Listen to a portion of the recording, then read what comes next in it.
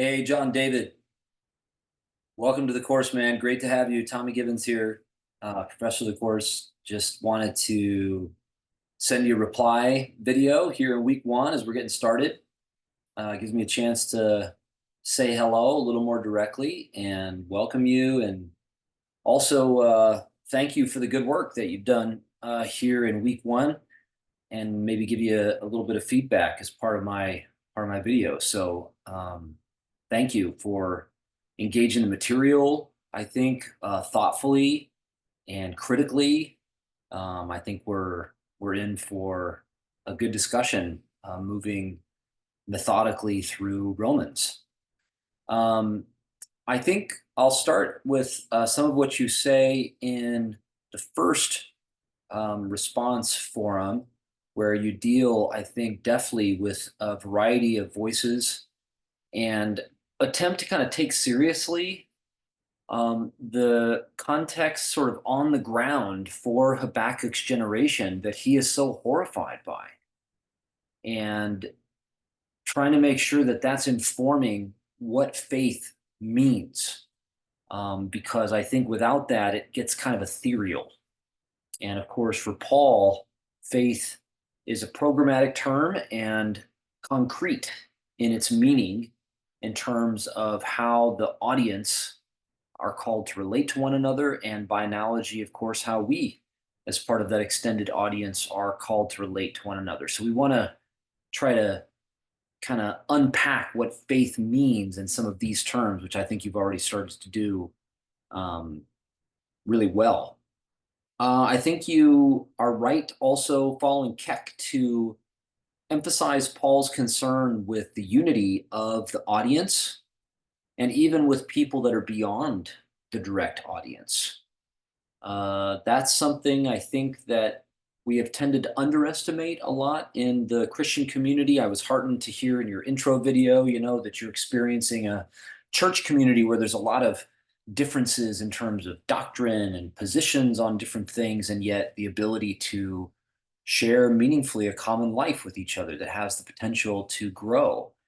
And that is analogous, I think, to what Paul is urging in his letter to the most immediate audience in Rome. They're people of diverse backgrounds and um, face all kinds of challenges in coming together.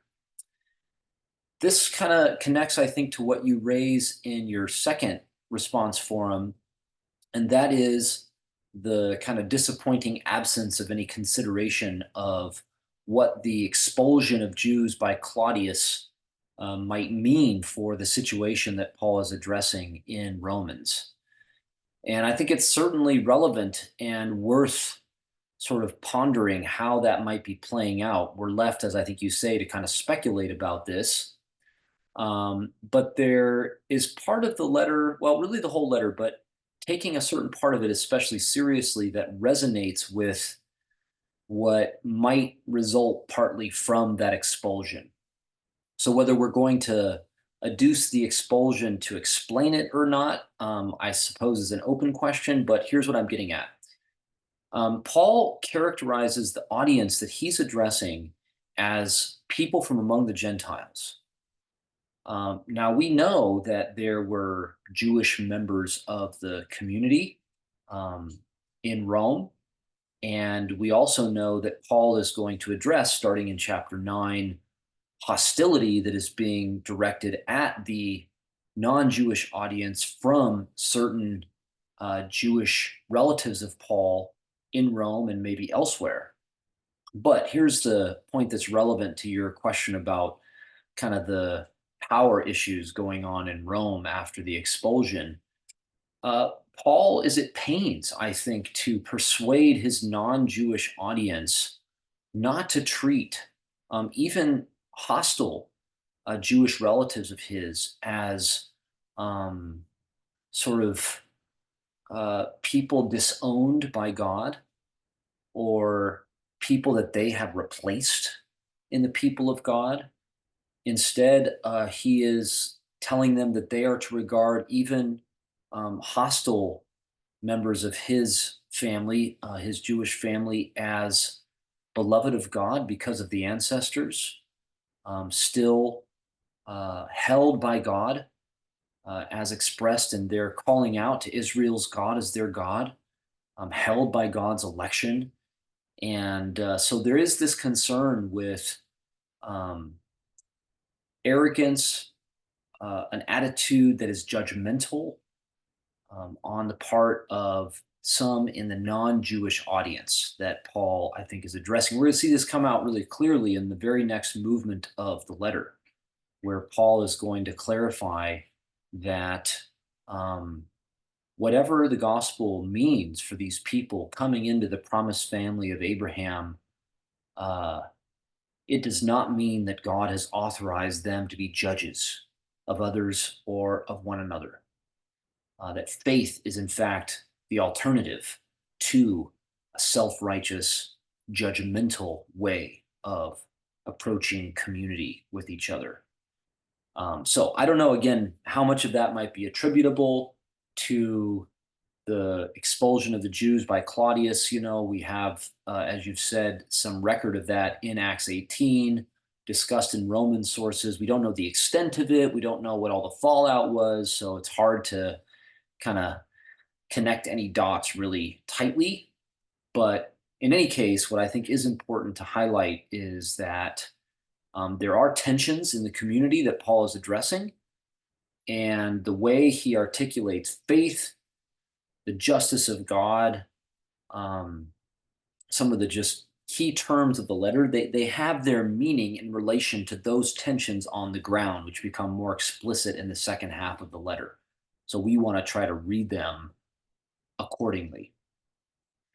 One thing about the audience that I think is not, it's another thing that I might complain about actually with the commentators, and that is that Paul explicitly characterizes them as of Gentile background. So whatever Jews might have been present in the church community, Paul does not seem to address himself directly to them. And that's important because the Christian reception of this letter has characteristically read Romans as some kind of diatribe against Judaism or against Jews or Jewish legalism. Like again and again, something Jewish is supposedly the foil to what Paul is urging the audience to embrace. And this has fueled kind of Christian anti-Judaism, especially since the Protestant Reformation, but also before. And that just doesn't square with the audience. Paul doesn't seem to be teaching against Jews or Jewish ways or something like that. I mean, Paul obviously has debates with some of his fellow Jews about certain things, but what he's addressing, it seems, is the way people of Gentile background are using the law of Moses, the way that they are claiming Jesus as the Messiah, the way that they're serving Israel's God. When he contests certain ways that they're using the law, the way they might be thinking about circumcision, the way some of them might be even sort of calling themselves model Jewish converts.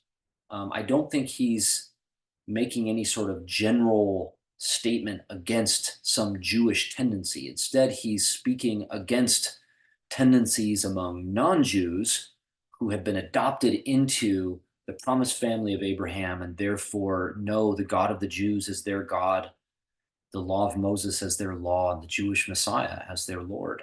So that, I think, should reframe a little bit how we sort of make sense of the rhetorical edge of Paul's letter. And I look forward to talking through that more in weeks to come. Anyway, thanks again, Jon David, for some great responses in week one. And great to having the course, and looking forward to studying Romans together for the rest of the summer. Welcome again to the course.